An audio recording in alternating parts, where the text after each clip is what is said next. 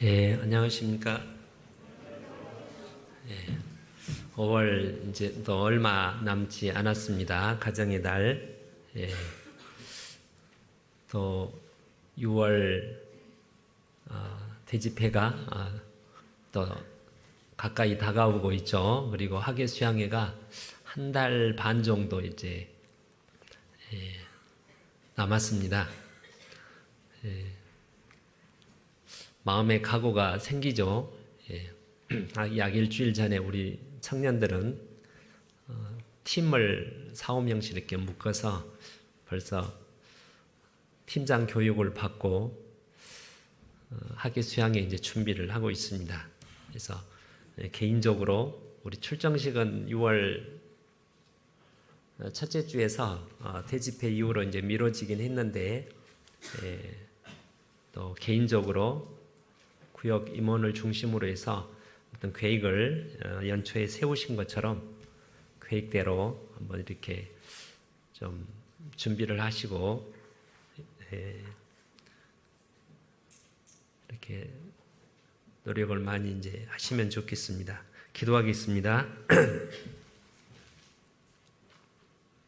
우리 아버지 하나님, 우리 주 예수님의 그 놀라운 한이 없는 십자가의 사랑으로 말미암아 우리 죄를 영원히 용서해 주시고 또 우리를 하나님의 자녀로 삼아 주시고 우리 예수님께서 받으실 그 영광에 함께 동참케 해 주심에 감사드립니다. 또 지금까지도 이 헛된 세상에서 이 세상의 악한 죄와 구별되어 진리 가운데 영광의 주님을 섬기며 살게 해주신 하나님 감사합니다. 오늘도 주의 자녀된 저희들 우리 주님 하나님 앞에 함께 모여 찬송하며 또 기도하며 또 말씀을 배우게 해주신 하나님 감사합니다. 오늘도 필요한 말씀으로 우리에게 교훈해 주셔서 우리의 모든 삶이 하나님의 진리를 따라 세워질 수 있도록 하나님께서 친히 도와주시기를 부탁을 드립니다. 여러 이유로 우리와 함께하지 못한 지체들이 또한 생각이 납니다. 육체적으로 또 영적으로 연약함으로 또 병듦으로 함께하지 못한 그 귀한 지체들이 그 마음속에 우리 하나님, 우리 주님의 사랑을 생각나게 하시고 또 주님이 함께 하시는 평강의 교제를 기억나게 하셔서 하나님 앞에 속히 돌아와 더욱 힘있게 주님을 살 수 있도록 도와주시기 바랍니다. 또 해외에서 복음을 전하시는 모든 선교사님들과 함께 동역하시는 분들 가운데 더욱 하나님께서 은혜로 힘을 주셔서 하나님을 담대히 의지하게 하시며 하나님의 공급하시는 능력과 은혜로 하나님의 모든 선한 뜻을 능히 이룰 수 있도록 역사하여 주옵소서. 전능하신 주의 말씀과 자비로우신 성령의 은혜 가운데 온전히 부탁을 드립니다.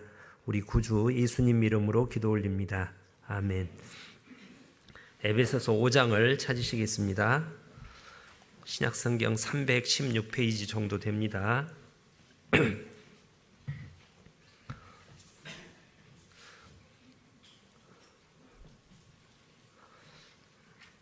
에베소서 5장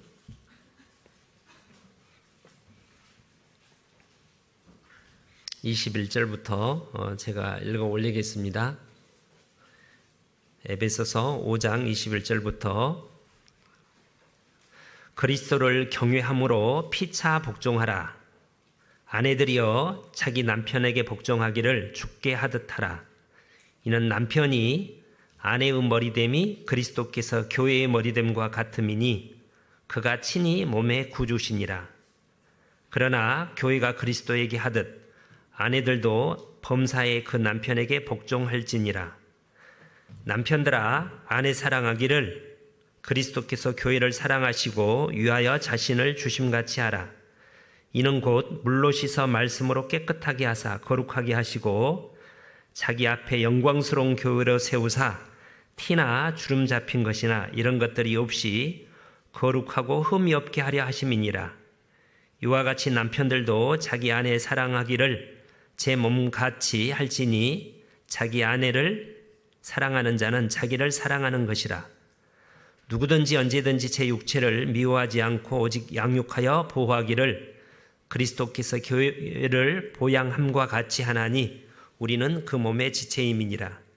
이러므로 사람이 부모를 떠나 그 아내와 합하여 그 둘이 한 육체가 될지니 이 비밀이 크도다. 내가 그리스도와 교회에 대하여 말하노라. 그러나 너희도 각각 자기 아내 사랑하기를 자기같이 하고 아내도 그 남편을 경외하라. 가정의 달인데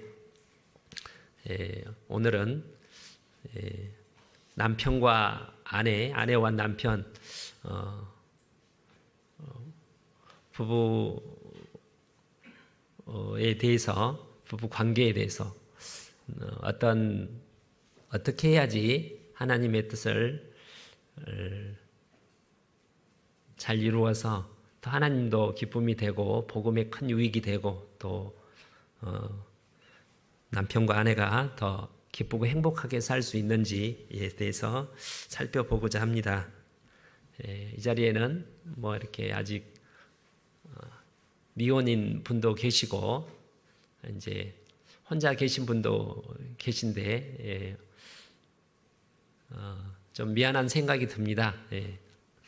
근데 이제 부부 관계가 우리 인간 관계에서 가장 중요한 기본적인 관계이기 때문에 우리 신앙생활에 너무 큰 영향을, 좋은 영향도 그렇고 나쁜 영향도 미치기 때문에 한 번은 다 아는 말씀이지만 다시 정리하고자 합니다.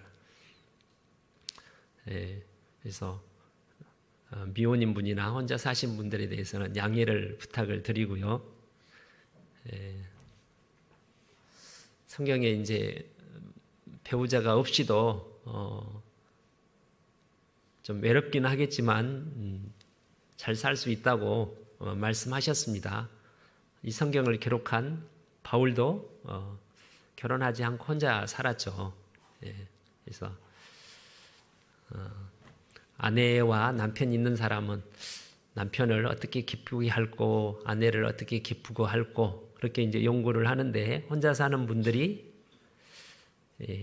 하나님께 이제 집중하기만 하면 둘이 사는 분보다 더 잘 살 수도 있다고, 이게 쉬운 것은 아니라고 생각이 드는데 그렇게 성경을 기록하고 있고 실제로 그렇게 사는 분들도 실제로 주변에 계심을 보았습니다.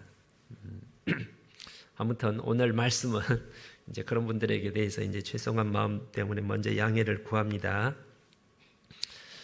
저는 어릴 적에 저하고 이제 엄마가 나를 더 좋아할까, 아버지를 더 좋아할까를 깊이 생각은 안 했는데 뭐 이렇게 좀 생각해 본 적이 있어요. 속으로 뭐 이렇게 물어보는 건 아닌데 어머니는 나를 더 좋아하는 것 같다 이런 생각을 가진 적이 있는데 합당치 못한, 성경적으로 보면 그런 생각이었는데 성경이 아니고는 그런 사실을 전혀 몰랐습니다. 인간 관계가 참 많은데 부모 자식 관계가 먼저일까요? 남편과 아내 부부 관계가 먼저일까요?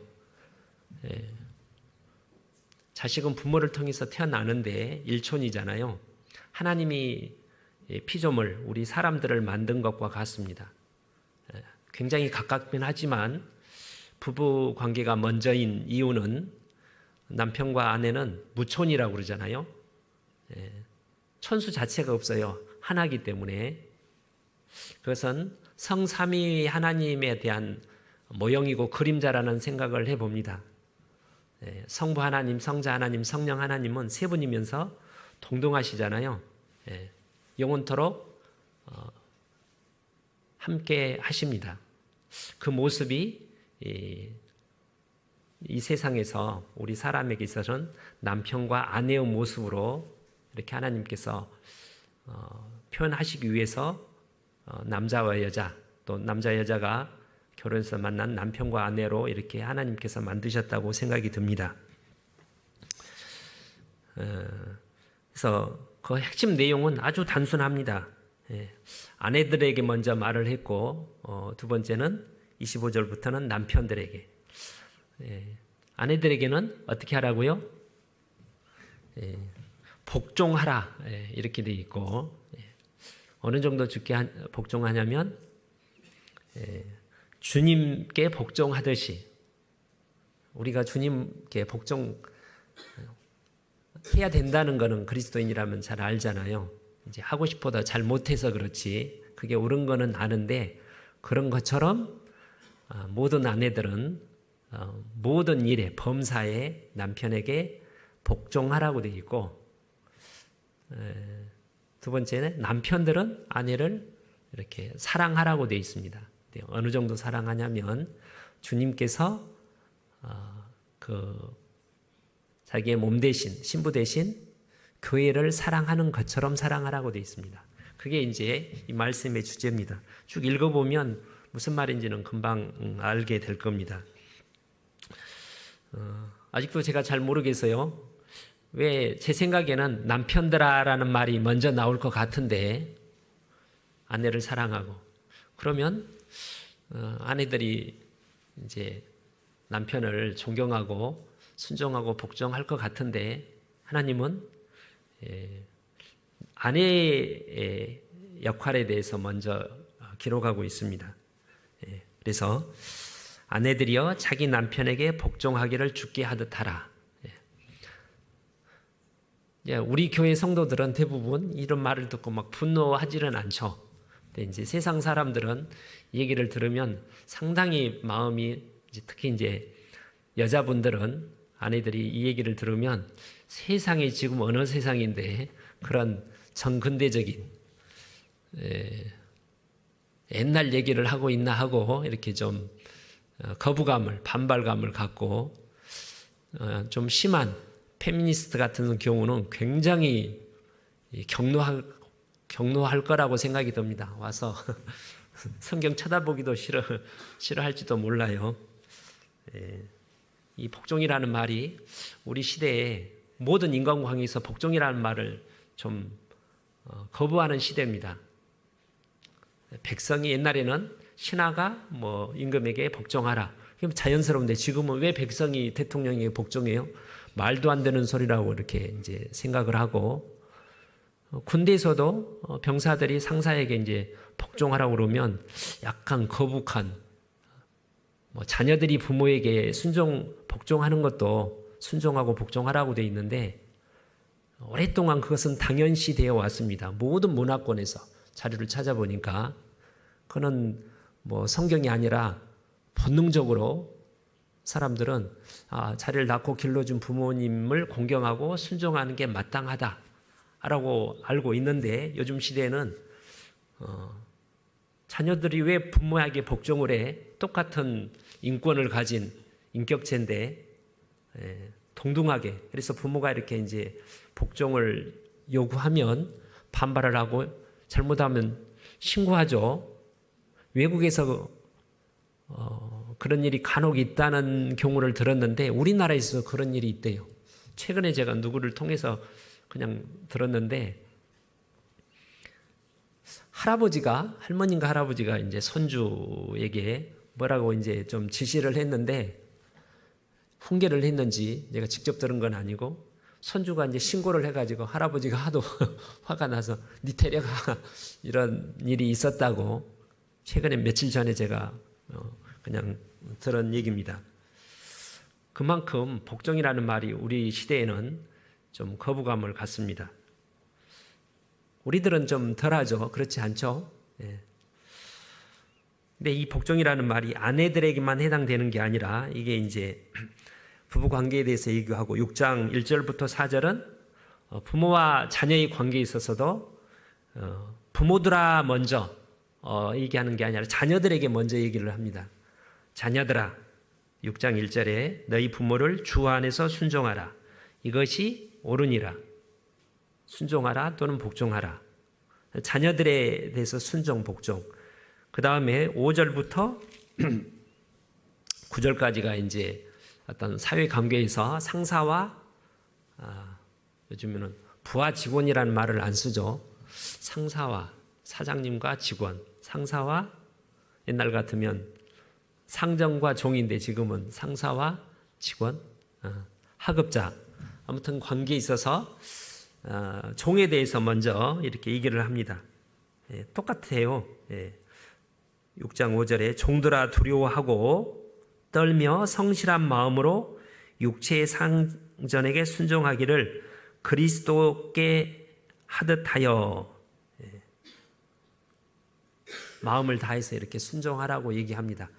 남편, 아내에게만 요구하는 건 아니고 모든 인간관계에 있어서 좀 낮은 위치에 있는 걸로 보이는 사람이 이렇게 좀 높은 위치에 있는 사람들로 보이는 사람에게 복종하라고 얘기를 하는데 왜 하나님이 그렇게 하라고 하면 우리는 그렇게 해야 되는데 사람은 이성이 있기 때문에 왜 그래요? 이유를 알고 싶잖아요.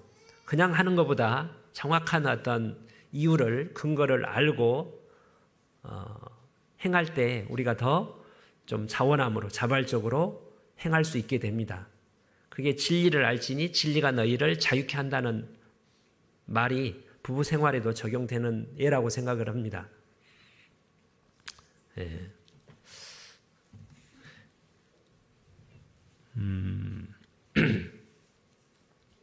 먼저 갈라디아 3장을 보시면 갈라디아 3장 몇 장 앞에 보시면 3장 22절에 28절에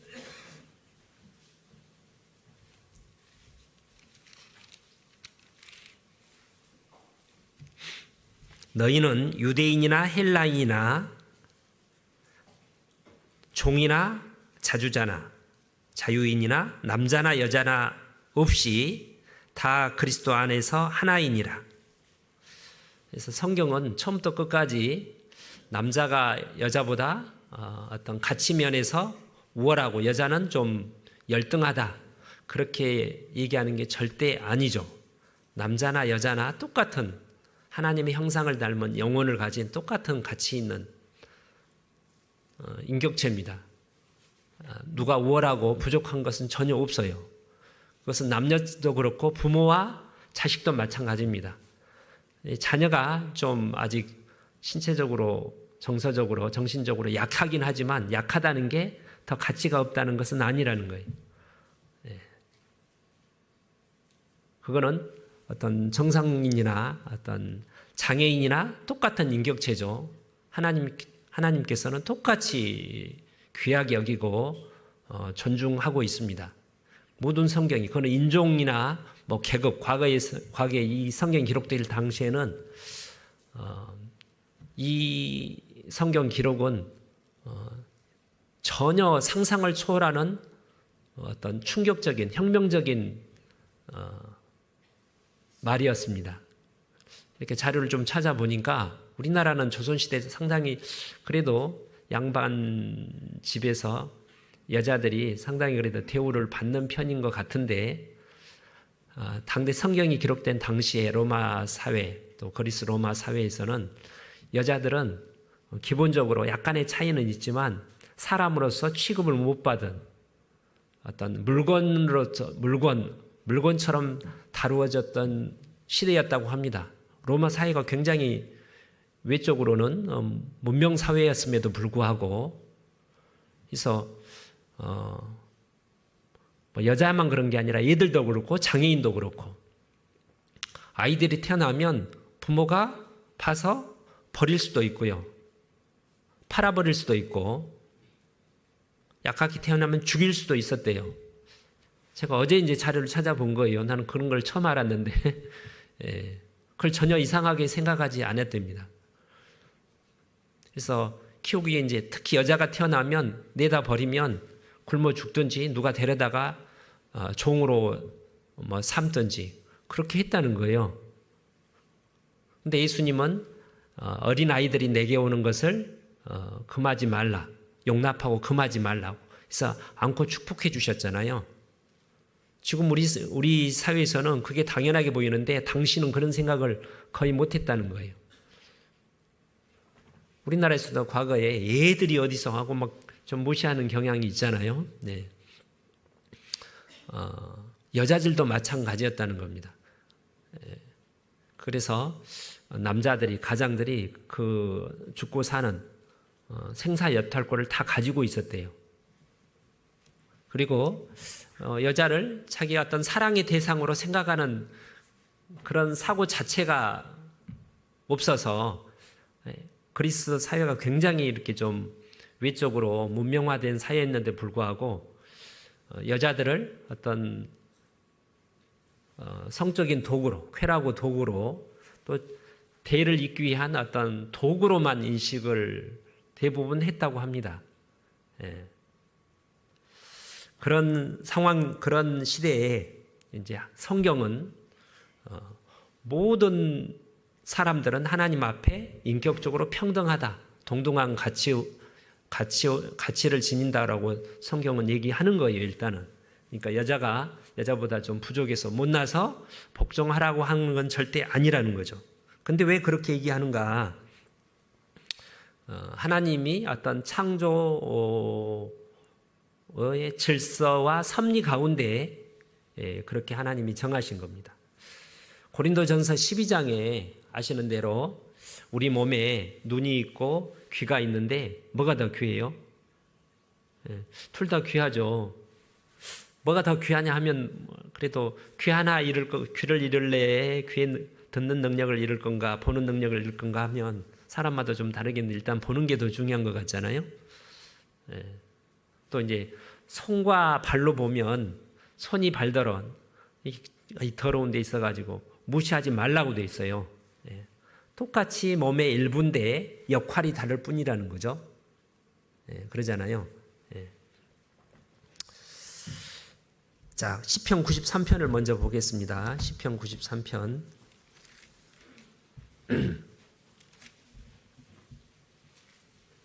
1절.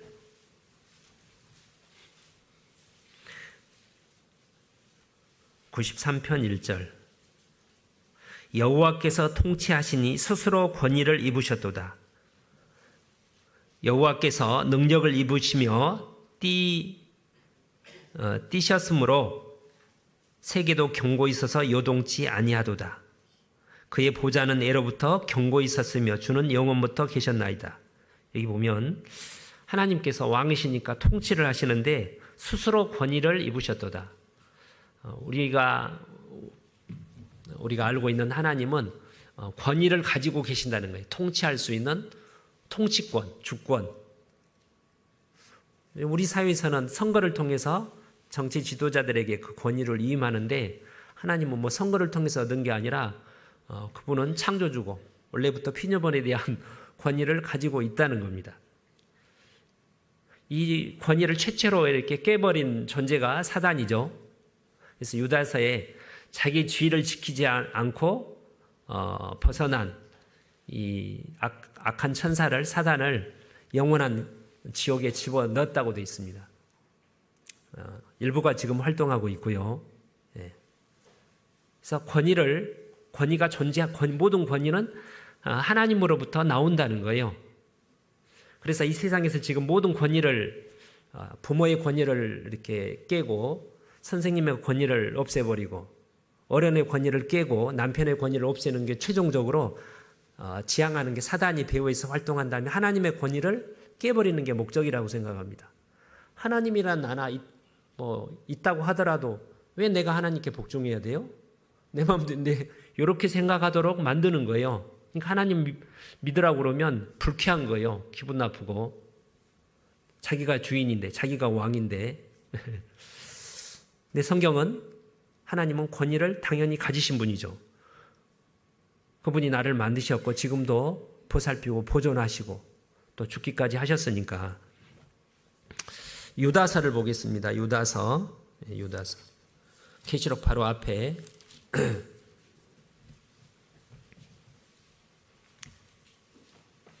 1장 8절입니다.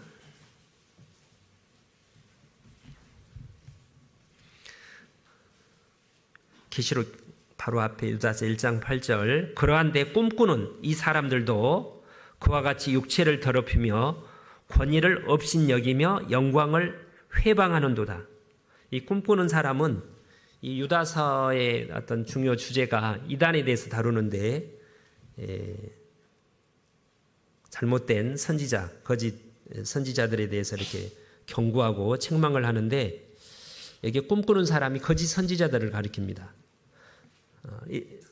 그래서 뭘 하냐면 권위를 업신여기며 거짓 선지자는 권위를 업신여기며 영광, 하나님의 영광을 회방한단 말은 대적한다는 거예요.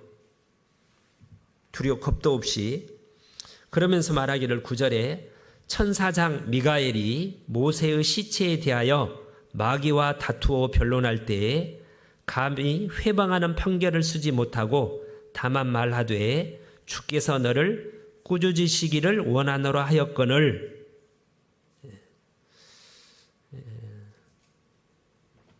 모세가 죽어서 느부갓네살이 죽어서 이렇게 그 시체를 가지고 이제 그 사단이 그 시체를 이제 엉뚱한데 뭐 이제 미혹하는데 사용하려고 이렇게 하려고 할 때 미카엘하고 이렇게 루시퍼 천사가 이렇게 이제 싸운 적이 있는데 성경에 천사 가장 힘 있는 천사장이 미카엘이잖아요.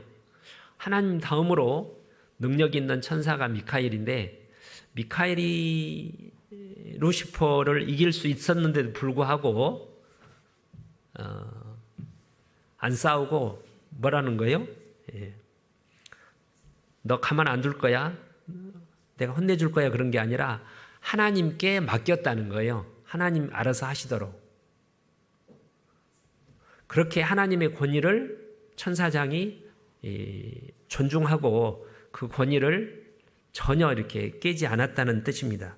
그런데 하물며 천사장도 하나님의 권위 당연히 행사할 수 있을 것 같은, 근데 그 자기 스스로 자기 권위를 하나님이 하시는 일에 더 끼어들지 않았는데 두려워했는데 10절에 이 사람들은 거짓 선지자들은 무엇이든지 그 알지 못하는 것을 회봉하는도다. 또 저희는 이성 없는 짐승같이 본능으로 아는 그것으로 멸망하느니라. 겁도 없이 하나님에 대해서 권위를 부인하고 대적한다는 거예요. 이게 얼마나 큰 죄인가, 얼마나 큰 심판을 받게 되는가, 이것을 얘기합니다. 베드로 후서에도 똑같은 말, 비슷한 말씀이 있습니다. 베드로 후서 몇 장 앞에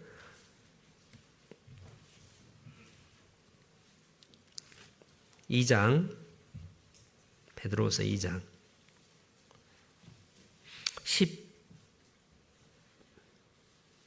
10절, 2장 10절.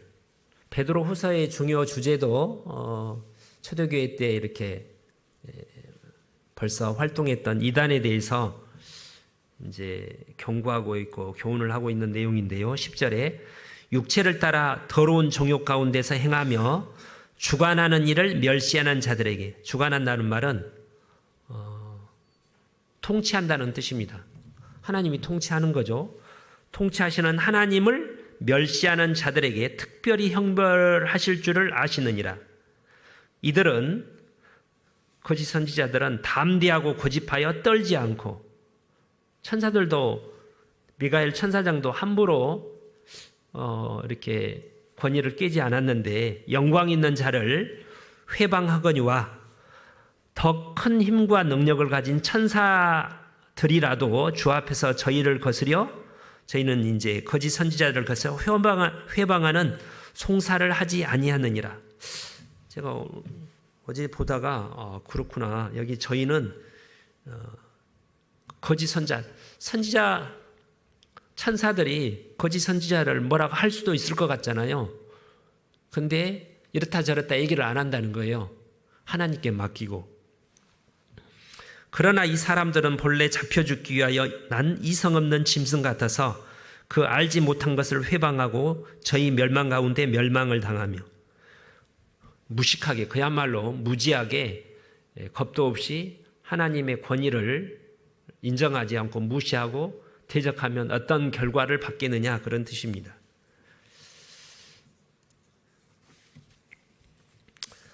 그래서 모든 권위는 하나님께로부터 왔고 모든 피조물은 하나님의 권위를 인정하고 그 통치에 복종을 해야 되는 겁니다. 근데 사람 사이에서 누가 통치를 하고 누가 더 높고 낮고 그렇지 않으니까 똑같은데 하나님께서 특별한 목적을 위해서 그 권위를 위임을 하셨어요. 성경에 보면 첫 번째로 찾지는 않고요. 세상의 가장 기본적인 어떤 사회 단위가 가정과 국가라고 할 수 있습니다. 국가가 없으면 어떻게 되는지 남미의 어떤 무정부 상태의 나라를 보면 끔찍해요. 국가가 없어져 버리면 그야말로 무슨 사자 소굴보다 더 끔찍한 일이 일어나는 거예요. 그냥 힘센 사람이 약한 사람을 마음대로 약탈하고 정부 어떤 질서가 깨지면 그렇게 되잖아요. 그래서 하나님께서 사람들을 위해서 국가라는 어떤 제도, 사회 조직을 이렇게 이제 만들게 하시고 가정도 마찬가지입니다. 그래서 국가에게 국가 지도자, 뭐 대통령이라든지 군수, 아무튼 정치 지도자들에게 하나님께서 권위를 위임하셨다는 거예요. 인간을 위해서 제가 그냥 베드로전서 그 2장에 보면 베드로전서 제가 읽어보겠습니다. 인간에 세운 모든 제도를 주를 위하여 순복하되 인간을 위해서 하나님이 세운 모든 제도를 주를 위하여 순복하되 위에 있는 왕이나 혹은 악행하는 자를 징벌하고 선행하는 자를 포장하기 위하여 그에 보낸 방백에게 하라. 모든 권세는 하나님께로 나지 않음이 없나니 로마서 12장에 그 세상 권세에 복종하지 않는 것은 하나님의 권세에 대적하는 것과 같다고 말합니다.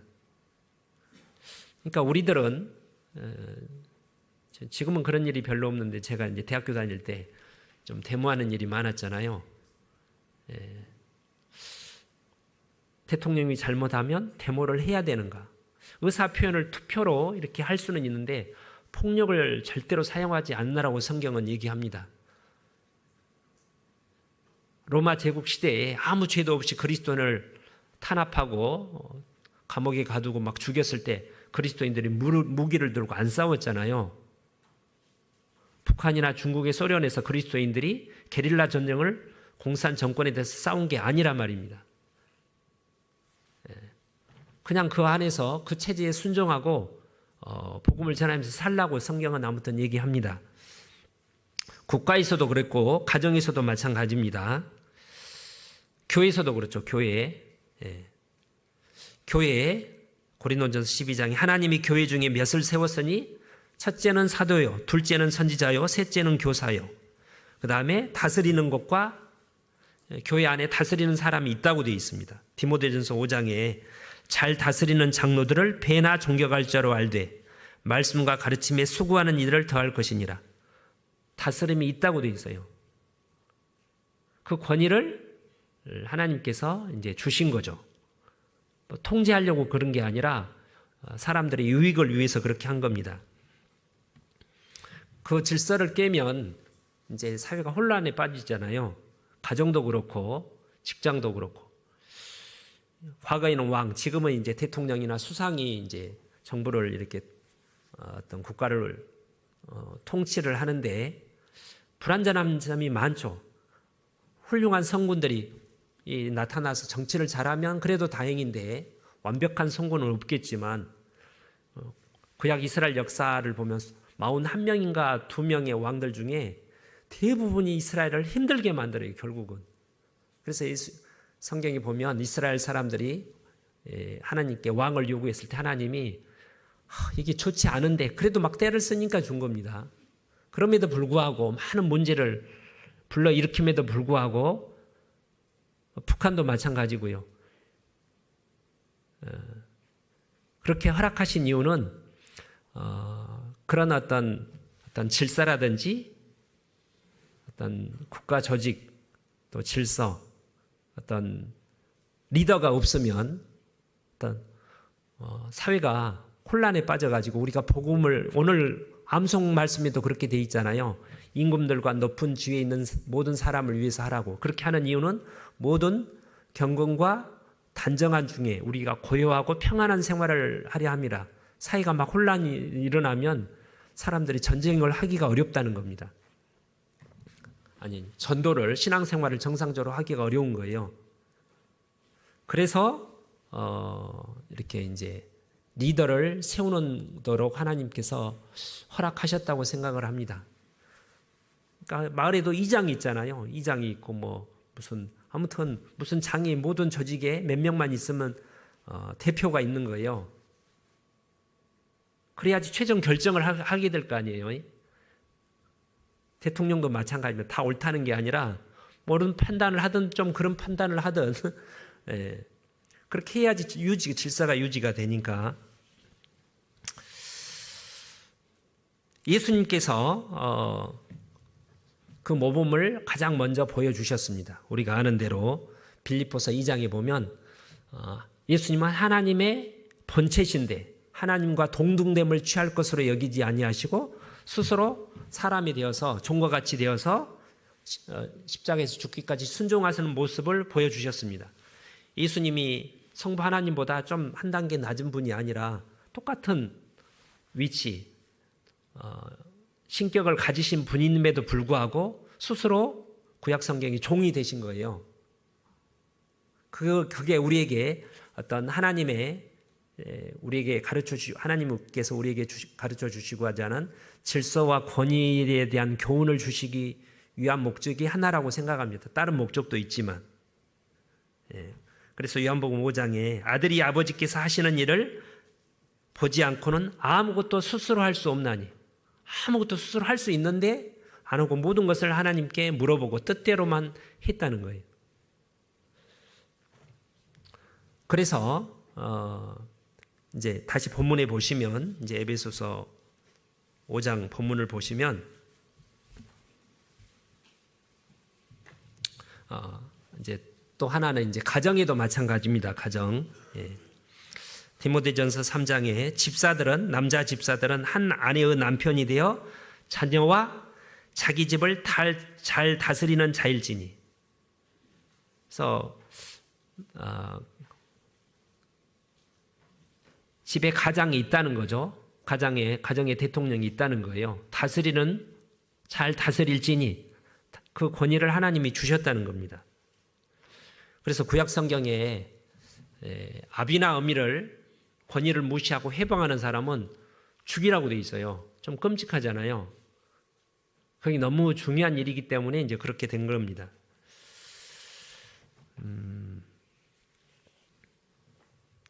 그래서 다시 이제 에베소 5장에 보시면 이 복종이라는 말이 남편에게 복종하고, 아내들아 남편에게, 자녀들아 부모에게 순종하고, 종들아 상전에게 순종하고, 복종이 하나님이 세운 질서기 때문에 따라야 된다는 거예요. 그런데 이제 25절 보면 25절부터 22절부터 24절이 이제 아내들에게 하신 복종하라는 말이고, 25절부터 끝절까지는 아니고 한 30절까지 남편들에 대한 말을 하는데, 여기서 남편들에게 이렇게 말하고 있지 않다는 겁니다. 22절부터 24절은 아내들아 남편에게 복종하라고 했으니까 25절부터는 남편들아 하나님께 위임받은 권위를 사용해서 잘 다스려라, 이런 말을 안 하고 있다는 거예요. 그런 말은 어디가 있어요? 한번 찾아보세요. 25절부터 잘 다스려라, 다스리라는 말 자체가 없어요. 처음부터 끝까지 사랑하라고 되어 있습니다. 맞죠? 그래서 남편에게 또 부모에게 또는 상전에게 주신 어떤 권위는 자기 자신을 이기적인 어떤 마음으로 사용하라고 하나님께서 주신 것이 아니라는 겁니다. 부모가 자녀를 다스리는 것은 통제를 통해서 부모가 유익을 얻는 게 아니라 자녀를 돕도록 하기 위해서, 넓은 의미에서 상전도 마찬가지입니다. 이 세상에는 부자와 가난한 사람이 있는데, 돈이 많은 부자가 존재하는 이유는 가난한 사람을 무시하라고 된 게 아니라, 잠언에 보면 가난한 사람을 도우라고 주셨다는 거예요. 여자를 신체적으로 약하게 만드신 이유는 신체적으로 정신적으로 강한 남자가 여자를 지배하고 통제하고 억압하고 착취하라고 하는 게 아니라, 연약한 여자를 강한 힘으로 돕도록 하기 위해서. 그렇죠? 그래서 주신 거라는 거죠.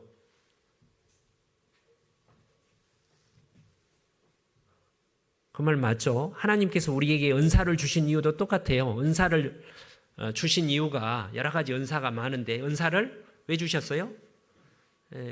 자기 유익을 위해서 뽐내라고 한 게 아니라, 교회를 섬기고 다른 형제 자매를 섬기도록 하기 위해서 은사를 주셨다고 되어 있습니다. 그래서 그 권위는 여자들, 또 자녀들, 이제 종들은, 직원들은 그 권위에 이렇게 복종하는 게 맞지만, 권위를 가진 당사자, 남편, 또 부모들은 그 권위를 가지고 섬기고 돌보고 보살피고, 더 나아가서 희생을 통해서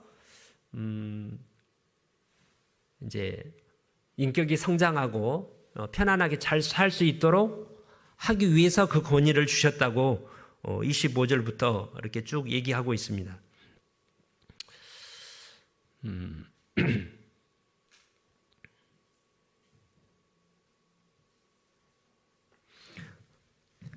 교회에서도 마찬가지입니다. 저를 포함한 목회자나 우리 교회는 이제 집사님들이 계시고 봉사위원들이 계시고, 아무튼 구역에서는 구역장님이 있는데, 구역장으로서 조장으로서 권위가 있죠. 보통 결정을 하고 이끌어 나가야 되니까. 근데 그것을 뭘 시키고 지시하고 통제하라고 주신 억압하고 권위를 누리라고 준 권위가 아니라, 우리가 아는 대로 마가복음 10장 45절에 예수님께서는 인자가 온 것은 섬기려 하고, 섬김을 받으리 아니라 섬기려 하고 자기 목숨을 많은 사람이 대속물로 주기 위해서라고 되어 있잖아요. 그래서 베드로전서 5장에 장로들아, 베드로 사도가 장로들에게 얘기하기를, 주장하는 자세로 하지 말고 뭐 이거 하지 마세요.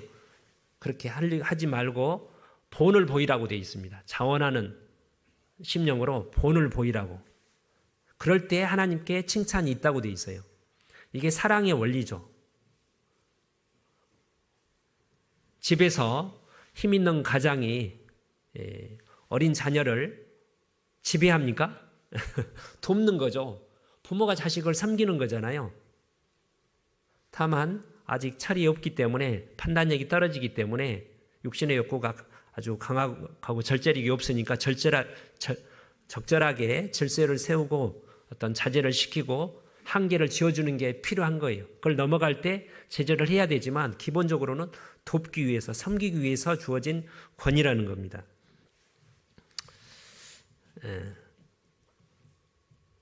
다시 22절 보겠습니다. 22절부터 이제 24절은 아무튼, 아내들이여 자기 남편에게 복종하기를 주께 하듯 하라. 이는 남편이 아내의 머리됨이 그리스도께서 교회의 머리됨과 같음이니 그가 친히 몸의 구주시니라. 그러나 이거는 역접이라기보다는 오직 교회가 그리스도께 하듯 아내들도 범사에 그 남편에게 복종할지라. 자, 복종해야 되는 이유를 이제 여기서는, 본문에서는 넓은 의미에서 이제 하나님께서 세우신 질서와 권위 때문에 그러는데, 여기서는 직접적으로 예수님과 예수님의 몸된 교회의 관계 때문에 그렇게 한다고 얘기를 하고 있습니다. 고린도전서 11장을 보겠습니다. 고린도전서 11장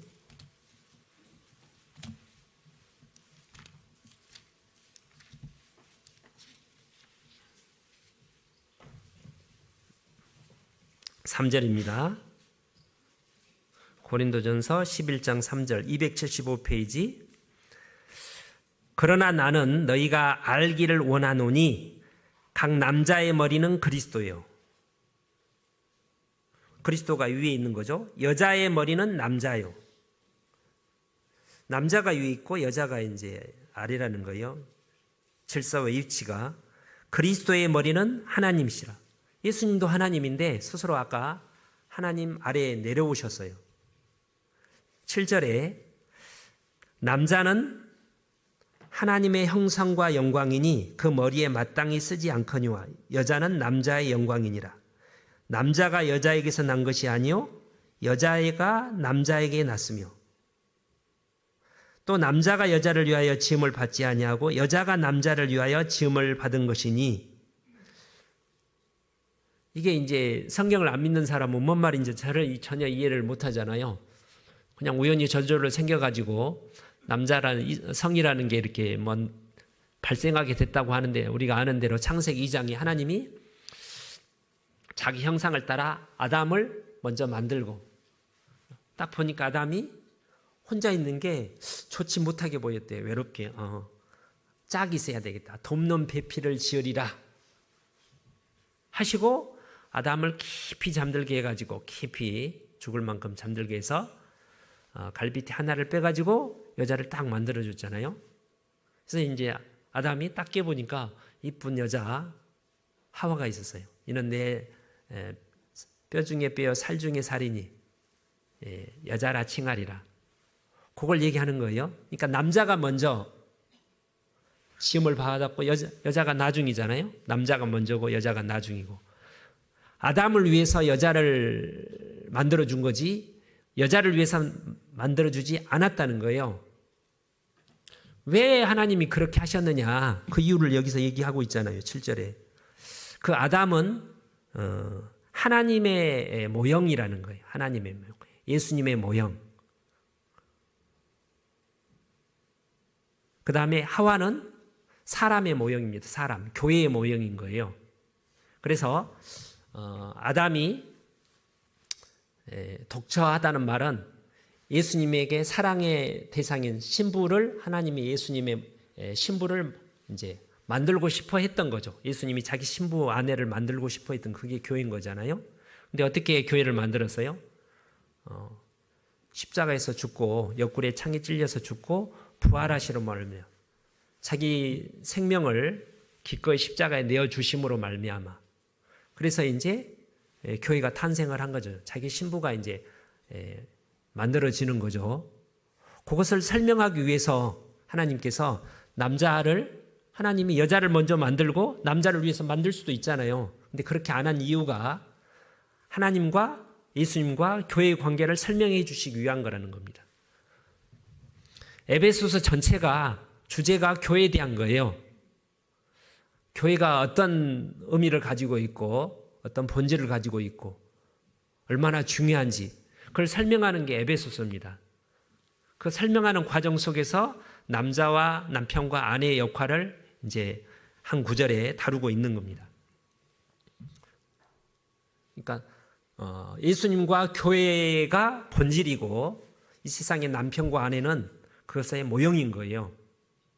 그러니까 교회가 그리스도가 가장 중요하고 그리스도의 몸된 교회, 예수님의 신부되는 교회가 똑같이 중요하고 가정보다 더 중요하다는 거예요.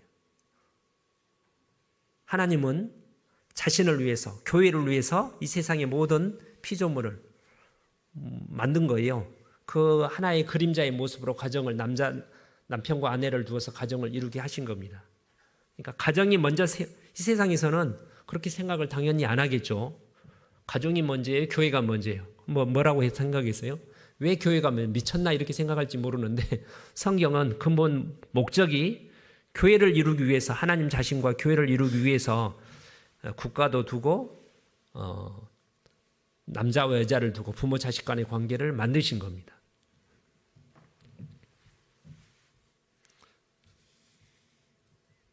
그러겠죠? 예.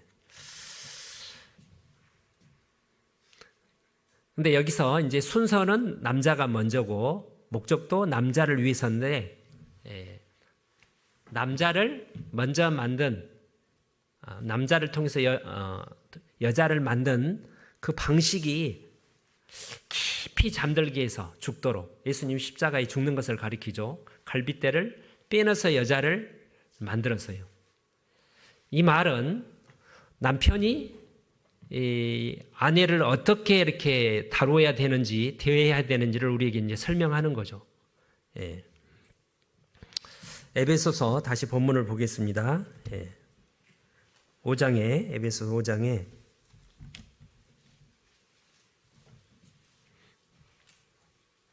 3절, 이는 남편이 아내의 머리됨이 그리스도께서 교회의 머리됨과 같음이니 그가, 예수님이 친히 몸, 교회의 주인이시니라, 이렇게 되어 있습니까? 구주라고 되어 있습니까?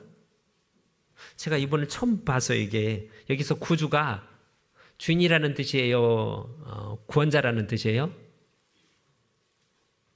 잘 모르겠어요? 영어 성경 보면 스페인의 성경 살바도르라고 되어 있어요. 여기서 예수님이 교회의 주인이라는 뜻인지 아니라 구세주라는 뜻입니다. 구세주. 왜 아내가 남편에게, 왜 교회가 예수님께 복종해야 돼요? 구원자니까. 뭘 주인이기도 하지만 구원자니까. 나를 그처럼 사랑하셨기 때문에. 자녀가 부모에게 순종하는 이유도 뭐 똑같은 거죠. 나를 낳고 길러주신 그 희생적 사랑 때문에 사랑하고 존경하고 공경하고 순종하는 것처럼. 그래서 남편이 해야 될 일은 아내가 순종하도록, 순종의 근거가 되는 이유가 남편이 아내를 위해서 구원자가 되어야 된다는 거예요. 구원자라는 말은 죽기까지 사랑해야 된다는 뜻입니다. 그렇죠? 예. 그 앞에 4장을 보시면 4장 15절, 오직 사랑 안에서 참된 것을 하여 범사에 그 얘기까지, 예수님까지 잘할지라. 그는, 예수님은 머리니 곧 그리스도라. 그에게서, 예수님에게서 온 몸이 각 마디를 통하여 도움을 입음으로 연락하고 상합하여 각 지체의 분량대로 역사하여 그 몸을 자라게 하며 사랑 안에서 스스로란 말은 교회가 스스로 세워지느니라. 교회가 성장을 하는데 스스로 힘으로 성장하는 게 아니라 머리 대신 예수님의 사랑의 볼살핌 가운데, 공급하시는 은혜 가운데 교회가 성장을 한다는 거예요. 그래서 아내가 현숙한 여인으로 아름다운 모습으로 이렇게 이제 변화되고 성장을 하려면 뭐가 필요한 거예요? 남편의 보살핌이, 공급함이. 뭘 공급해야 되겠어요? 모든 걸 다 공급해야 되는데 특별히 사랑을, 희생적인 사랑을 충분히 공급할 때 아내가 이제 더 아름다운 아내답게 변화되고 이제 성장을 하게 된다는 겁니다. 에베소 5장부터 다시 보겠습니다.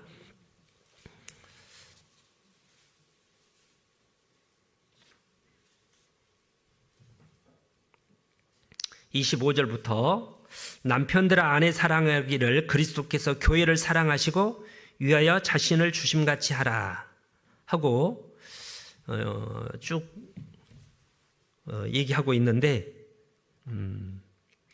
얼마만큼 사랑하라고 돼 있어요? 이게 아시잖아요. 이게 참 어려운 거예요.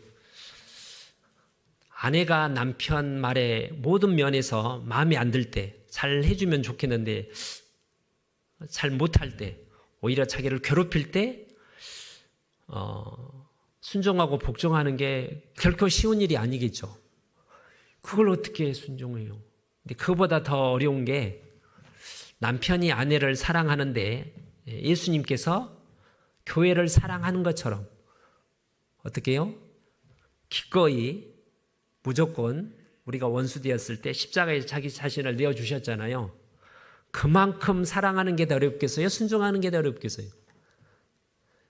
우리가 예수님께 순종하는 게 더 어려워요? 예수님이 자신의 목숨을 우리를 위해서 내어주신 게 더 어려워요?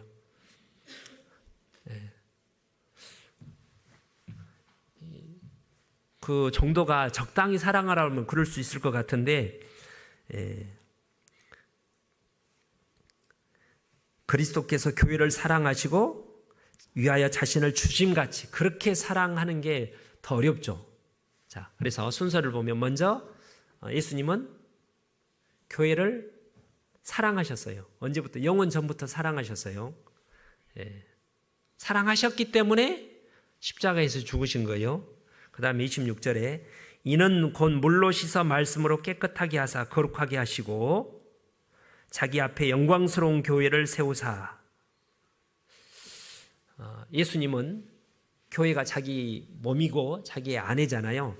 자기 아내가 아주 깨끗하기를 바라죠. 거룩하게 정결한 처녀로 이렇게 이제 변화돼서 하나님 앞에, 본인 앞에, 예수님 앞에 나타나기를 원하는 거예요. 신랑의 결혼식 날 신부가 아주 몸과 마음이 깨끗한 모습으로 하얀 면사포 입고 나타나기를 바라는 것처럼 예수님은 그걸 원하시는데, 그 원하시는 것을 이루시기 위해서 예수님이 뭘 하셨다는 거예요? 일단 십자가에 죽으셨어요. 그걸로 끝난 게 아니죠. 여기 26절에 이는 곧 물로 씻어 말씀으로 깨끗하게 하사 거룩하게 하시고, 이 말이 참 여러 가지 주석을 봐도 좀 말이 좀 애매하게 돼 있어요. 예수님께서 물로 어떻게 교회를 씻어요? 우리를. 우리가 아는 대로 물을 통해서 우리 몸을 씻는 것, 뭐든지 물로 씻는 것처럼 예수님께서 지금도 보혈로 우리를 교회를 또 우리 각자를 씻습니다. 요한일서 1장에 너희가 빛 가운데 행하면 우리가 서로 사귐 있고 예수 그리스도의 피가 우리를 모든 죄에서 깨끗하게 하실 것이요 그랬죠. 그러니까 우리가 날마다 죄를 짓고 나쁜 생각도 하고 불순종하는데도 불구하고 여기 멀쩡히 있는 이유는 그 죄가 없어진 게 그냥 사라진 게 아니라 계속해서 지금도 예수님께서 우리 교제 가운데 보이지 않는 어떤 보배로운 피로 우리를 씻겨주고 있다는 거예요. 말씀을 통해서 씻어주고 교제를 통해서 씻어주고. 그러니까 우리가 멀쩡하게 지금 제정신을 가지고 이렇게 이 자리에 있는 겁니다. 지금도 하나님 보좌 우편에서 예수님께서 우리를 위해서 기도하고 계시는 걸 잘 아시잖아요. 우리를 위해서 기도하고 계시는 거예요. 그래서 우리가 조금씩 그 덕분에 우리도 물론 가만히 있는 건 아니고 계속 말씀과 기도와 교제와 봉사 가운데 우리가 예수님을 조금씩 닮아가고 성장해 가는데, 우리 힘만으로 그런 게 아니라 예수님께서 그런 역할을 지금도 십자가에 죽으실 뿐 아니라 우리 하나님 앞에 설 때까지 계속 예수님께서 그 역할을 하고 계시기 때문에 우리가 깨끗해지고 있다는 겁니다. 조그만 갓난이들이 성장하는 게 왜 성장해요?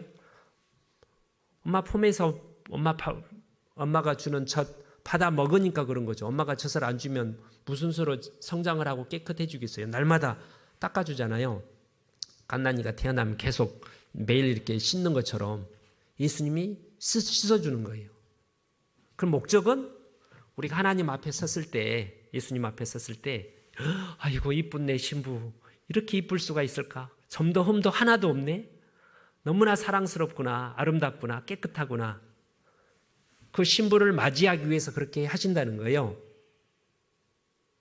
자, 이거를 왜 우리에게 얘기합니까? 모든 남편들은 자기 아내가 정숙하게, 현숙하게, 온순하게, 얌전하게, 고분고분 말도 잘 듣고 뭐 시키는 대로 잘하고 잘 도와주기를 바라는데, 그렇게 그것을 원하는 것을 이루기 위해서는 성경을 펴들고 여보 봐봐. 자매 이게 봐봐. 당신 이거 봐봐. 복종하라. 봤지? 그거를 주장해서 그렇게 되는 게 아니라 어떻게 하라는 거예요? 죽기까지 계속해서 날마다 아내를 위해서 기도도 하고 따뜻하게 말로 물로 씻어 말로 깨끗하게 했단 말이 뭐 이렇게 적용할 수도 있다는 생각이 듭니다. 그 앞에도 선한 말을 하여 칭찬도 해주고, 아이고 너무 이뻐요, 잘했어요, 사랑스러워요, 이렇게 자꾸 표현을, 그것도 좋은 말이잖아요. 칭찬하고 격려하고 위로하고 해가지고 사랑을 계속 베품을 통해서 아내가 그 사랑에 감동해서 자발적으로 기쁨으로 남편을 이렇게 이제 순종하고 섬기도록. 그게 하나님과 우리의 관계가 그렇잖아요. 하나님이 우리가 말 안 듣면 하나님이 강제로 막 심하게 잘못하면 징계를 내리지만 하나님은 굉장히 신사적이죠. 뭐 독재자가 아니잖아요. 우리를 친구처럼. 그야말로 하나님과 우리 사이는 그 어떤 격차가 하늘만큼 땅만큼 큼에도 불구하고 아무도 멸시치 않고 굉장히 존중해 주잖아요. 자유의지를 우리에게 허락하신 거예요. 자발적으로 스스로 할 수 있도록 그것을 기뻐하시고, 남편도 아내에 대해서 아내가 스스로 그렇게 할 수 있도록 남편이 도와줄 책임이 있다는 겁니다. 28절, 이와 같이 남편들도 자기 아내 사랑하기를 제 몸같이 할지니. 첫 번째는 예수님께서 그 몸된 교회를 위해서 자기를 죽기까지 사랑하시고 희생하시고 계속 지금도 계속해서 우리를 위해서 기도하시고 우리를 씻겨주시고 우리를 도와주심으로 그 일을 해 나가는데 그처럼 해야 되고, 두 번째는 남편들이 아내를 사랑해야 되는 이유는, 두 번째는 뭐냐면 자기 몸의 일부이기 때문에 그렇다는 거예요. 자기 아내를 사랑하는 자는 자기를 사랑하는 것이라. 왜 아내를 사랑하는 게 자기를 사랑하는 거라고 되어 있어요? 30절에 우리는 그 몸의 지체임이라. 교회가 예수님의 몸인 것처럼 아내는 남편과 한 몸, 자신의 한 몸이라는 거예요. 자기 갈빗대 나왔잖아요. 그래서 남편이 부모를 떠나 아내와 한 몸이 될지니라. 육체적으로 뿐만 아니라 모든 교제와 정서적으로 영적으로 일치를 할 때, 온전한 일치를 할 때 모든 남편들은, 뭐 남편만 그런 게 아니라 모든 부부들은, 남편과 아내는 그때 참된 기쁨과 만족과 행복을 느끼는 겁니다. 사랑을 통해서 남편이 나를 그렇게 사랑하는구나. 아내도 남편이 나를 그렇게 사랑하는구나. 남편도 아내가 자기를 사랑함으로 그렇게 순종하는구나. 그래서 일치감을 느낄 때, 왜냐하면 왜 일치감을 느낄 때 행복을 느끼냐면 원래 하나라는 거예요. 하나님이 그렇게 만들었다는 거예요. 그죠? 예. 이거는 제 경험적으로 제가 결혼해서 뭐 그렇게 제가 목회자로서 그렇게 아주 아름다운 모범적인 이렇게 모습을 보여준다는 생각은 뭐 아주 그렇게 해악을 끼치는 건 아니지만 저보다 훨씬 더 아름다운 모습으로 신앙생활을 잘하는 부부들이 많아요. 제가 이번에 우리 아들 며느리 왔다 갔는데 부부 관계에 있어서는 저보다 훨씬 나아요. 결혼한 지 얼마 안 됐는데 우리 아들이 며느리 아끼는 거 보면 저는 전혀 그렇게 생각을 못 했어요. 얘가 믿음이 뭐 나보다 나아서 그러기보다는 뭐 성격적일 수도 있고, 저는 이제 정근대적인 가부장적인 사고를 가져서 그런 생각을 못 해봤는데, 우리 아들만 그런 게 아니라 요즘 젊은 부부들은 참 제가 봤을 때 아무튼 나이 든 분보다 훨씬 나은 것 같습니다. 그렇게 사이가 좋잖아요. 뭐 속으로 싸우게 하겠지만 아내에서는. 근데 겉으로 봐서 엄청 아내를 아껴요. 저는 그런 생각을 잘 못 가졌어요. 그렇게. 예. 아무튼 근데 무슨 말을 드리려고 하냐면, 제가 이제 결혼하고 나서 저희 부부가 날마다 싸운 건 아닌데 심각하게 몇 달에 한 번씩 좀 아무튼 생각 굉장히 자주 싸웠어요. 아주 심각하게 사내 못 사내 할 정도로. 근데 한 번 대판 싸우고 나서 이제 제가 이제 직장에 가는데 직장에 가면 정말 아무 손에 일이 안 잡혀요. 뭔 일을 하게 하는데 정신이 딴 데가 있는 것처럼 그 마음과 영이 그렇게 괴로웠어요. 고통스러웠어요. 제가 굉장히 생각보다 냉정해서 부모가 힘들다고 뭐 마음 아파하거나 뭐 형제들이 하더라도 뭐 그렇게 좀 이렇게 막 마음 아파하고 하는 공감을 많이 하는 스타일은 절대 아닌데도 불구하고 저희 자매한테 그렇게 표현은 안 했지만 아무튼 직장에 가서 화해하기 전까지 마음이 정말 죽을 정도로 고통스러워요. 내가 왜 사는지 모든 자존감이 무너져 버리는 거예요. 의욕이 떨어지고 억지로 하긴 하지만 뭐 직장에서나 교회에서나 심각한 싸움을 할 때 그래서 정말 왜 그래요? 한 몸이니까 그렇다는 거예요. 머리가 있는데 몸이 막 아파서 막 열이 펄펄 나는데 머리는 아무렇지도 않다. 말도 안 되는 거잖아요. 몸이 아프면 머리도 당연히 아프겠죠. 서로 한 몸으로 신경을 통해서 완전히 연결이 돼 있는데 한 몸인데 그렇잖아요. 그래서 자기 아내를 괴롭히는 사람은 무식하다는 거예요. 자해하는 것과 똑같다는 거예요. 정신질환자들이 자해를 하잖아요. 자기 몸을 자해하는 그런 정신질환자들이 있잖아요. 그럼 이렇게 이제 뭐 치료가 필요한 것처럼 자기 아내를 괴롭히는 사람은 그런 정신질환자, 정신분열자 뭐 그런 것과 같이 미련하다는 거죠. 제정신이 아닌 거죠. 그렇게 돼 있잖아요. 제 몸과 같이 할지니 자기 아내를 사랑하는 자는 반대로 자기 아내를 막 사랑해요. 제가 우리 아들 보면 약간 지나친 푼수같이 근데 그렇게 그러니까 이건 잘못된 생각인데 참 좋게 보이기도 하고 저희 자매는 좋게 보인대요. 그렇게 하라고 자꾸 하는데 잘한다는 거예요. 자기 아내를 자기를 사랑하는 거니까. 누구든지 언제든지 제 육체를 미워하지 않고 오직 양육하여 보호하기를 그리스도께서 교회를 보양함과 같이 하나니 우리 자신이 교회가 예수님의 지체잖아요. 몸이고 지체의 각 지체의 부분입니다. 그런 것처럼 아내는 남편의 한 몸 지체이기 때문에 아끼고 돌보고 사랑해야 되는 게 마땅하죠. 자기의 행복을 위해서 그렇게 해야 된다는 거죠.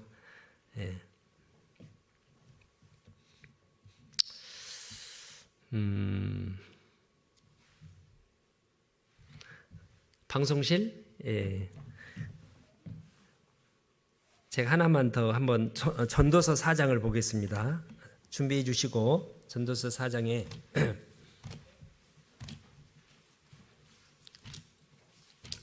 전도서 주제를 아시죠? 헛되고 모든 게 헛되는데 헛되지 않는 게 몇 가지 있어요. 먹고 마시는 거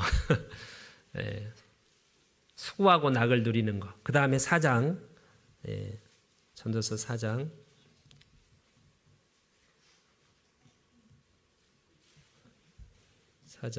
아닌가?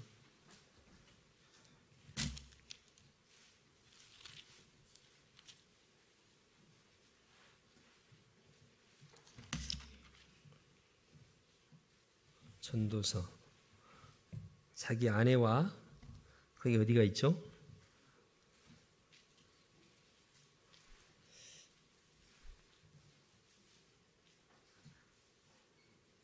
아내를 사랑하라는 말이 어디 있는데 모르세요? 알려주세요. 9장이네요. 9장 9절에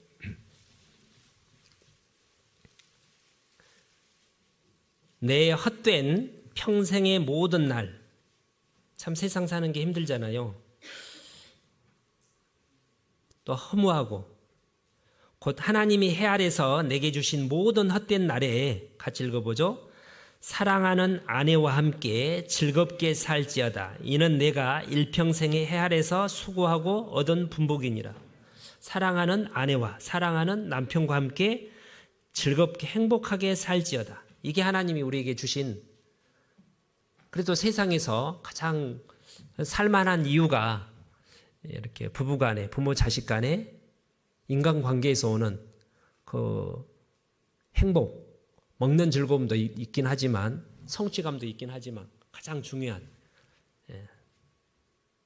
이게 하나님의 주신 분복이라는 거예요.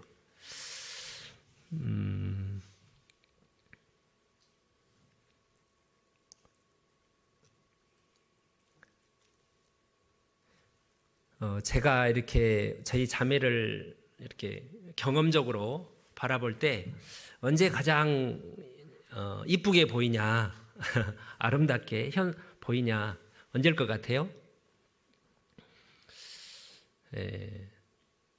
창세기 2장에 아내를 하와를 만들어진 이유가 아담을 돕는 배필로 삼기 위해서 만들었잖아요. 그죠? 그래서 남자들이 자기의 어떤 이기적 욕망이 아니라 어떤 하나님이 정하신 어떤 선한 목적을, 하나님의 뜻을 이루기 위해서, 어떤 하나님을 온전히 잘 섬기기 위해서 살아가는데, 아내가 그것을 자발적으로 헌신적으로 믿음을 가지고 순종할 때, 그 배필의 역할을 제대로 할 때 진짜 아름답게 보여요. 제가 뭐 다른 사람들은 어떨지 모르는데 아마 모든 구원받은 남편들은 똑같은 생각이라고 생각이 듭니다. 뭘 어떻게 느껴지냐면, 동료, 성경에 이제 그들만 하나님의 동역자들이라고 되어 있는데, 진정한 어떤 믿음의 좁은 길을 가는 동역자, 전쟁터에서 생사와 고락을 함께하는 가운데 이렇게 느끼는 감정을 전우회라고 그러잖아요. 전우회. 굉장히 끈끈한 어떤 밀착된 감정을 가지게 될 텐데, 그 전우회 같은 느낌을 가져요. 이렇게 편하게 살 때, 재미나게 살 때가 아니라 복음을 위해서, 예를 들어서 선교에서 힘든데 저희 자매가 저를 이해하고 돕고 위로하고 격려하면서 힘들지만 묵묵히 저를 도우며 믿고 따라갈 때 정말 아름답게 보여요.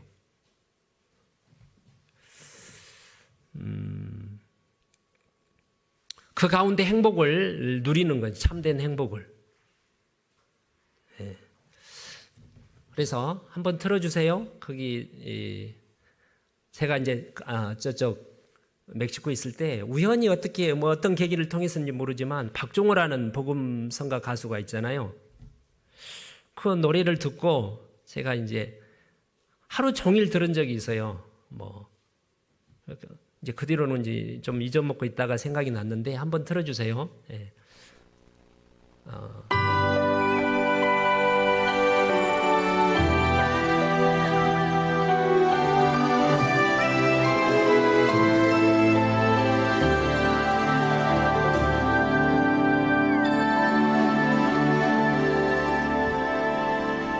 좋은 곳에 살아도 좋은 것을 먹어도 당신의 맘 불편하면 행복이 아닌 거죠.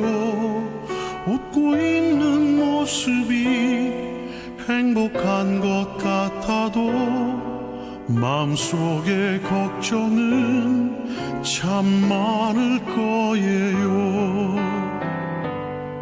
사랑도 나무처럼 물을 줘야 하는데 가끔씩 난 당신께 슬픔만을 줬어요.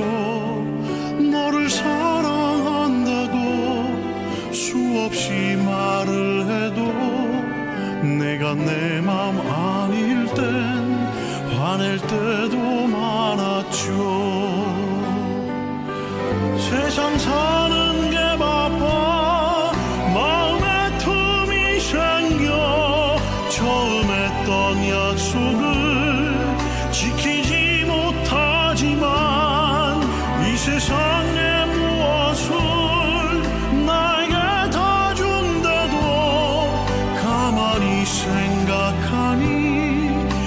당신만은 못해요.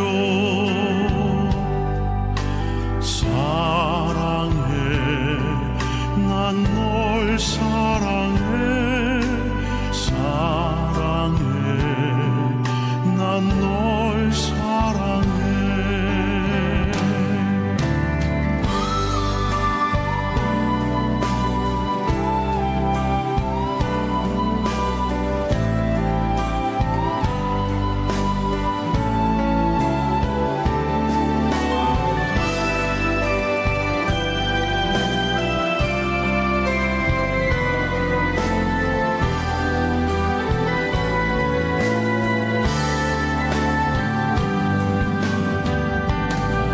세상 사는 게 바빠 마음에 틈이 생겨 처음 했던 약속을 지키지 못하지만 이 세상에 무엇을 나에게 다 준대도 가만히 생각하니 당신만은 못해요.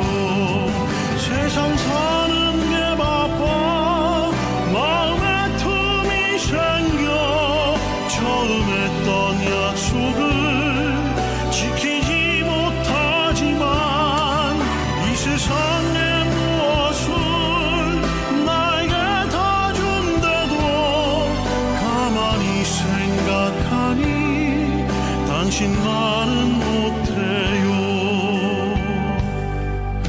사랑해, 난 널 사랑해. 사랑해, 난 널 사랑해. 사랑해. 네, 됐습니다.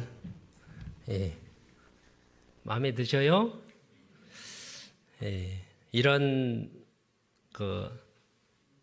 이게 찬송은 아니죠. 대중가요인가? 이거를 부를 수 있다면 참 행복한 남편, 아내가 될 거라고 생각이 듭니다.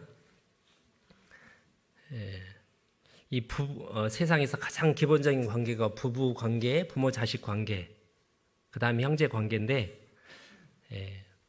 부모가 자식을 사랑하는 것은 본능이죠.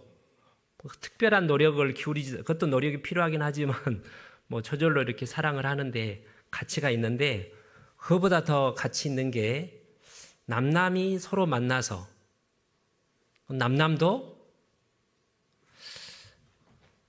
권을 안 받아도 아주 인격적으로 성격적으로 굉장히 온순해가지고 한 번도 안 싸우는, 거의 한 번도 안 싸우는 그런 세상 부부들도 간혹 있더라고요.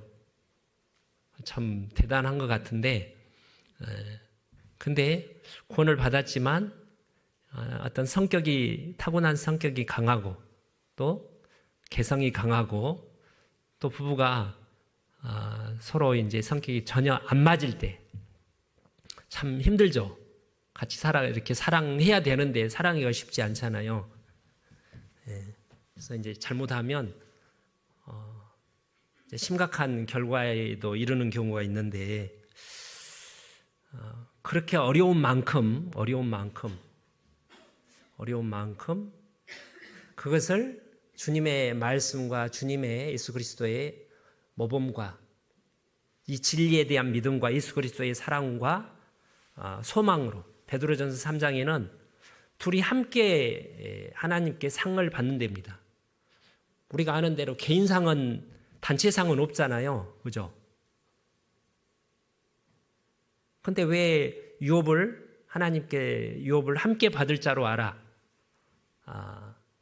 귀하게 여기라고 하냐면,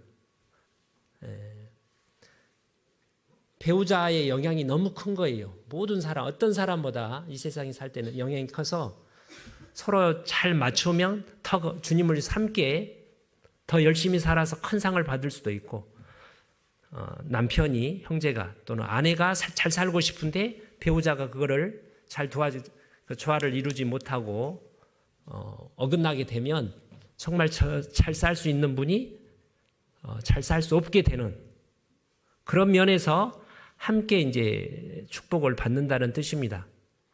단체상이 있다는 의미가 아니라, 그래서 이 진리에 대한 믿음과 왜 아내가 남편에게 복종을 해야 되는지, 남편은 아내를 죽기까지 사랑해야 되는지 어느 사람도 이런 이유를 설명해 주지 못하잖아요.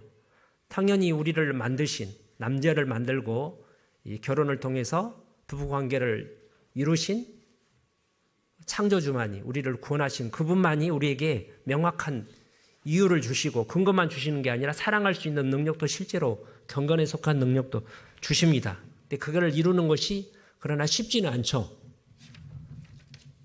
제가 이제 오늘에까지 저희 자매, 이제 저희 경우를 보면 정말 쉽지는 않았어요. 전보다 많이 나아졌는데 주님의 은혜가 아니었으면 벌써 저는 깨졌을 거라고 확신을 하는데, 하나님의 도와주심으로 오늘까지 이르렀는데, 아까 부모가 자식을 사랑하는 것보다 서로 다른 성격을 가진 안 맞는 부부가 만나면 더 힘들겠죠. 이게 고난이잖아요. 고난이 더할수록 이겨낸다면 더 상이 큰 것처럼, 더 주님을 닮게 되고 더 영광을 하나님께 돌릴 수 있는 것처럼, 서로 안 맞는 부부가 믿음으로, 사랑으로, 소망으로 이겨낼 수 있다면 하나님 보기에 더욱 아름답고 복음에도 유익을 끼치겠죠. 하나님 앞에 더 큰 상을 받게 될 겁니다. 그래서 성격이 잘 맞았어요. 안 싸우고 살다가 왔어요. 근데 그걸로 말미암아 고난이 별로 없다, 상급도 별로 없는 거죠. 어떤 면에서는 참 쉽지 않은 말이지만, 나에게 잘 안 맞는 안 맞는 배우자가 나에게 영적으로 더 유익을 줄 수도 있다는 겁니다. 그러지 않을까요?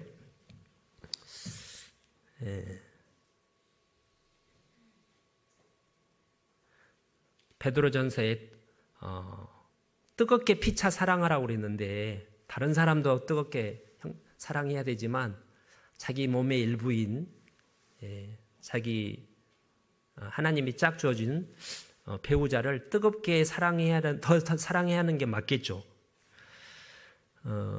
또 이제 제가 이제 그 선교지에 있을 때 그것도 우연히 어떻게 듣게 됐는데, 인연이라는 노래를 제가 전도 집회 때 오전 집회 때는 한두 번 소개를 했습니다. 우리 서창원 목사님 핸드폰 멜로디가 이 인연이에요. 이선희의 인연이라는 노래. 제가 그걸 보고 이제 어떤 집회 자료로 사용한 이유는, 그 가수가 바라는 그 어떤 사랑하는 대상이 있는데, 그게 진짜 참된 우리의 신랑 되신 예수님을 찾고자 하는, 사모하는 그런 마음을 표현한 것 같다고 느껴서 제가 이제 그 노래를 이제 이렇게 이제 소개를 하는데, 제가 그 노래를 처음에 들으면서 저에 대해서 적용을 해봤죠. 보통 사람들은 그 영원한 사랑을, 완전한 사랑을, 불멸의 사랑을, 로미오와 줄리과 같은, 이두령과 춘향이 같은 그런 사랑을 꿈꾸잖아요. 근데 자기가 그렇게 할 생각은 안 하고 그것을 이제 영화에서나 찾고 소설에서 찾아요. 먼 나라에서. 근데 그 아름다운 사랑을 먼 데서가 아니라 바로 나와 우리 아내 가운데, 그리고 미래가 아니라 현재, 오늘 날마다 우리가 어떤 선택을 하느냐에 따라서 우리가 매일매일 기도하려고 노력을 하고, 묵정교기를 하려고 노력하고, 주님을 닮아가려고 노력을 하는 것처럼 더 아내를 더 사랑하려고 하고, 아내는 남편에게 위해서 기도하고 순종하려고 최선의 노력을 다할 때, 그 아름다운 그 인연이라는 그런 어떤 인연이라는 노래에서 말하는 의미가 우리 삶 가운데 이루어질 거라는 생각을 실제로 해봤어요. 그래서 이제 저희 자매한테는 뭐 같이 듣지는 않았는데, 그걸 생각하면서 내가 이렇게 사랑해야지, 이렇게 실제로 그렇게 제가 마음으로 다지기도 하고, 이제 큰 변화는 없었지만 그래도 안 듣는 것보다는 더 낫긴 했는데, 한번 들어보셔요. 그런 생각을 하면서. 그렇게 노력을 하면 저희 자매가 얼마나 가겠어, 그렇게 얘기한 적도 있었습니다. 맨날 되돌아가니까 그렇게 하지 마시고 자꾸 칭찬을 해주고 격려를 하면, 이런 말도 가끔씩 혹시 안 들어보셨어요? 너무 잘해주면 안 돼, 끝이 없어. 좀 잘해주면 만족하는 게 아니라 더 자꾸 요구해. 그런 얘기 들어보셨죠? 근데 그게 실은 당연하다고 생각합니다. 우리가 예수님을 사랑을 더 끊임없이 더 알고 받고 싶어 하는 게 본능인 것처럼, 그잖아요.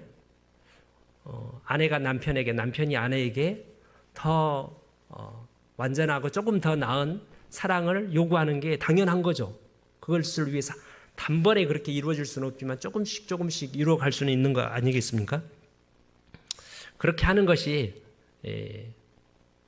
두 사람만 행복한 게 아니라 우리 교회도 그런 모습으로 우리가 살아가는 부부들이 많을 때 복음의 유익을 끼치는 거고요. 집안에서나 동네에서나 그런 부부를 보고, 나도 저 부부처럼 어떻게 그럴 수 있어? 믿음 때문이야. 그리고 그래, 나도 그 믿음을 갖고 싶네. 그런 생각을 갖지 않겠습니까? 또 우리가 그처럼 원하는 우리 자녀들이 좀 바람직한 훌륭한 자녀로 성장하는데 좋은 엄마 아빠의 모습을 보여주는 것만큼 큰 영향은 없다고 생각을 합니다. 요즘 많은 젊은 부부들이 결혼을 안 하려고 하는 이유 중에 하나가 잘못된 어떤 남편과 아내의 모습을 자기 부모님을 통해서 보니까 그렇게 고생할 바에, 저렇게 싸울 바에 내가 왜 굳이 결혼을 해야 돼? 혼자 그냥 편하게 살지? 이런 생각을 가질 수 있는 거죠. 근데 다행히 우리 교회에서는 결혼은 생각이 없더라도 우리 교회에서 이제 청년들이 오면 좀 지나면 결혼하고 싶네? 너무 꽤 행복하게 사는 모습을 보고 그런 충동을 생각이 바뀌잖아요. 그게 정상적인 거죠. 그래서 제가 오늘은 부부싸움을 피하는 방법도 준비를 했는데 그거는 한 30분 걸릴 것 같고 다음에 하고 여기까지 하도록 하겠습니다. 기도하고 마치겠습니다. 하나님, 저에게 이 헛된 세상에 귀한 남편과 아내를 주시고 또 자녀를 주시고 형제를 주시고 가정을 주시고 은혜를 주신 것을 감사드립니다. 진리의 말씀을 따라 우리가 부부 관계에서, 가정에서 또 온전한 하나님의 예수님께서 우리를 사랑하신 것처럼 또 교회가 주님을 사랑함으로 순종하는 것처럼 저희들도 그러한 모습을 담기를 원합니다. 저희들에게 더욱 지혜를 주시고 순종하는 마음을 베풀어 주시기를 부탁을 드립니다. 고마우신 구주 예수님 이름으로 기도 올립니다. 아멘. 찬송가 288장입니다.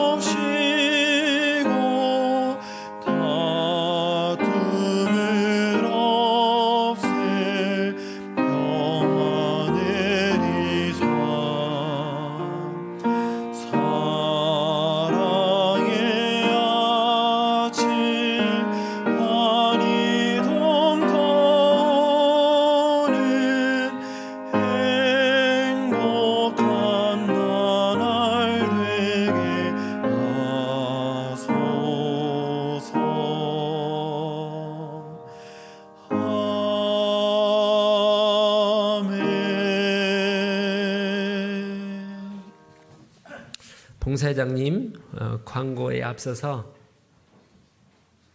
영상을 먼저 보나요? 네? 네. 아니, 요거 먼저. 네. 지난주가 스승의 날이 있었습니다. 그죠? 네. 저희 교회 16분의 유초등부, 중고등부 교사들이 있습니다. 잘 아시죠? 교사들 얼마나 이렇게 수고하는지 다들 수고하지만, 그래서 세상에서도 유치원 학생들도 이렇게 이제 선생님한테 뭐를 막 엄마가 갖다 주라고 하든지 아무튼 이렇게 고마움, 감사의 마음을 표현을 하는데 그잖아요. 학교에서 학생들이 막 선생님들한테 뭘 막 선물도 하고 막 꾸미거든요. 근데 교회에서는 정말 월급도 안 받고 진짜 오직 사랑으로 헌신을 하는데 교사들이 교회에서 아무런 어떤 표현을 안 하는 게 이게 A가 아니라는 생각이 들어서 우리 이제 의논을 함께 해서 교사 16분 나와주세요. 그래서 이제 선물을 주기로 했습니다. 아무튼 아주 작지만 우리 교사들 나와 보셔요.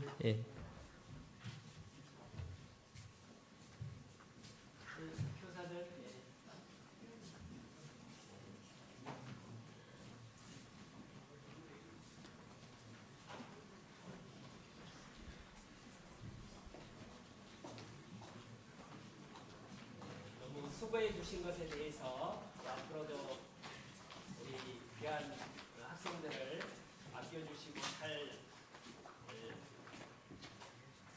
이렇게 돌봐주시라는 부탁 의미로 이렇게 박수를 드리겠습니다.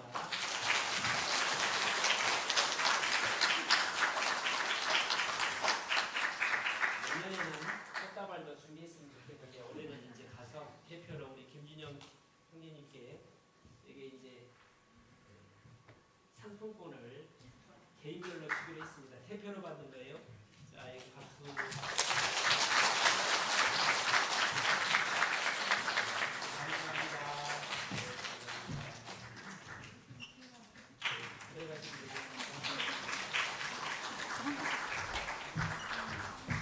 우리 청년들 이번 주 토요일 날 참이제 아시죠? 작년에 우리 중고등부 학생들이 무슨 그렇게 찬양제인가 했는데 어떤 선생님한테 들은 겁니다. 중고등부만 한 줄 알고 거의 많이 안 와서 마음으로 좀 서운했대요. 근데 이번 청년 찬미제도 뭐 청년들끼리 모여서 뭘 하나? 나는 은장인데 뭘 굳이 갈 필요 있나?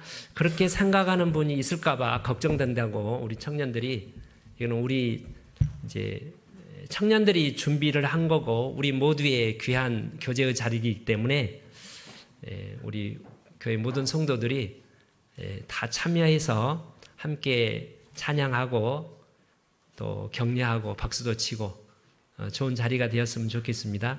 그래서 홍보 영상이 있답니다. 같이 보시겠습니다.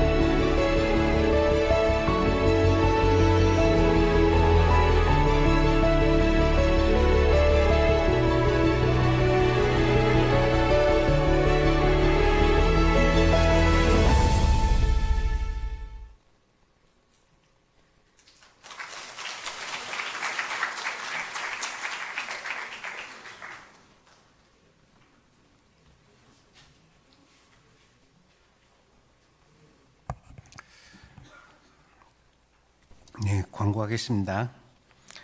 6월 대집회 안내입니다. 대집회가 바짝 한 20여일 앞으로 다가와 있습니다. 같이 우리 형제자매님들 기도하자라고 기도 대상자 명단도 오늘 나와 있습니다. 같이 기도해 주시고요. 또한 말씀 전하시는 우리 노영돈 목사님을 위해서도 기도해 주셨으면 감사하겠습니다. 혹시 기도 대상자 명단에 올라오지 못했던 그런 분들이 계신다라면 사무실로 연락해 주셔서 같이 기도할 수 있도록 해 주셨으면 감사하겠습니다. 모임 안내입니다. 오늘은 모두 어머니의 주관으로 모두가 1시 30분부터 2층 대강당에서 있겠습니다. 봉사의 수련회가 오늘부터 해서 내일까지 1박 2일로 진행됩니다. 봉사의 형제님들 전원 참석해 주셨으면 감사하겠습니다. 또 오늘 4시에 미디어 선교부 모임이 있습니다. 화요일 날은 묵상 모임이 있습니다. 어머니의 묵상 모임이 있겠고요. 직장조 모임이 있습니다. 수요일 날은 23조 조모임이 있겠습니다. 목요일 날은 21조 조모임이 있겠습니다. 또한 29일 날 금요일 날에는요 22구역 구역 모임이 있습니다. 소강당이 있겠습니다. 아까 우리 영상 봤죠? 찬미제 청년에서 그동안에 준비 많이 해주셨습니다. 고생도 많으셨고요. 하여튼 이번 주 토요일 날 찬미제가 진행됩니다. 이를 위해서 교회에서 식사가 준비됩니다. 식사는 6시부터 특히 진행됩니다. 그리고 선생님들은 5시 30분부터 식사를 하시고 준비를 할 것 같습니다. 그래서 시간 되시는 분은 5시 30분에 오셔서 같이 식사해 주셔도 괜찮겠습니다. 많은 참석 부탁드리고요. 또한 선물을 준비가 되어 있습니다. 그래서 찬미제 때 이렇게 우리 초대할 수 있는 초대장도 준비가 됐고 선물도 준비되어 있습니다. 그래서 청년회 문의해 주셔서 새로운 영혼들 초대하는데 같이 협조해 주셨으면 사용해 주셨으면 감사하겠습니다. 아까 스승의 날 이렇게 선생님들한테 감사의 인사 표시를 했는데 사실상 교회학교 후원회가 누구죠? 오늘 아침에 이렇게 교제하다 보니까 제가 하기더라고요. 근데 챙기지 못해서 죄송합니다. 하여튼 우리 교회학교에서 봉사해 주시는 형제자매님들 진짜 먼저 감사를 드립니다. 그 지난주에 우리 미디어 선교부가 공주 갈릴리 수영관에서 있었는데 저희가 전도 카톡에 뭐가 떴는데 제가 잘 몰라갖고 제가 광고를 못했습니다. 근데 우리 미디어 선교부에서 갔다 오시면서 아마 미디어 선교부에서 제출하신 아마 그 동영상 그런 부분들을 심사해갖고 아마 시상식을 했던 것 같습니다. 그래서 저희가 미디어 선교부 시상식에서 5등을 했답니다. 박수 한번 드리겠습니다. 네, 오늘 식사하실 때 떡이 나올 겁니다. 우리 윤서가 돌이 돌아왔다고 합니다. 건강하게 자랄 수 있도록 기도해 주셨으면 감사하겠습니다. 이상 표대 말씀이 빠졌네 또요. 표대 말씀 해 주시겠습니다. 표대 말씀 저희가 사도의 가르침을 받아 서로 교제하며 떡을 떼며 기도하기를 전혀 힘쓰니라. 오늘도 함께